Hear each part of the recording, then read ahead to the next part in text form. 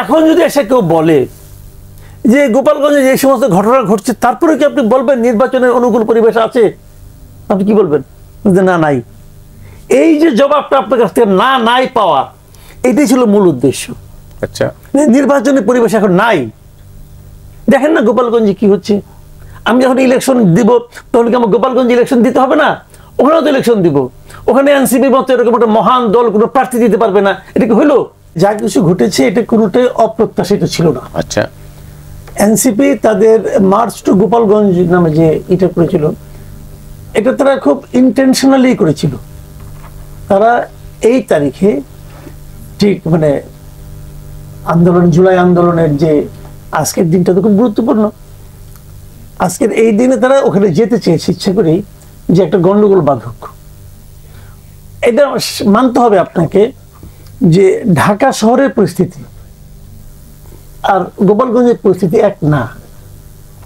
আপনি যতই আনন্দের সঙ্গে এবং খুব সফটলি আপনি যতই যেভাবে বলেন না কেন, আপনি হয়তো মানে একটা পার্টি নিষিদ্ধ করে দিয়েছেন, মানে একটা ছাত্র সংগঠন নিষিদ্ধ করে দিয়েছেন, এবং আপনি একটা রাজনৈতিক দলের রাজনৈতিক কর্মকাণ্ডকে নিষিদ্ধ করেছেন। তার মানে এই না আপনি নিষিদ্ধ করার সঙ্গে সঙ্গে মানুষের মন থেকে, হৃদয় থেকে পার্টিটা ভ্যানিশ হয়ে গেছে। এটা হওয়া সম্ভব না।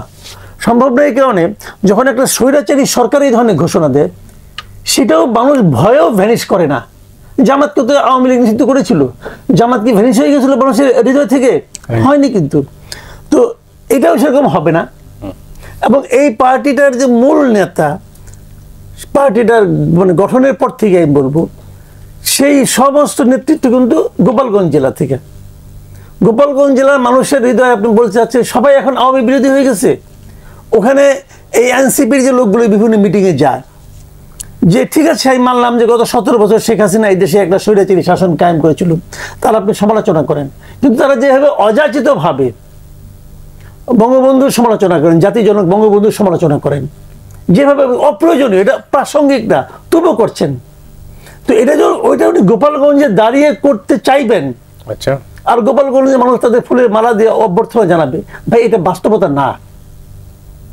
তারা এটা জানে, তারা জানে না তা না, তারা জানে।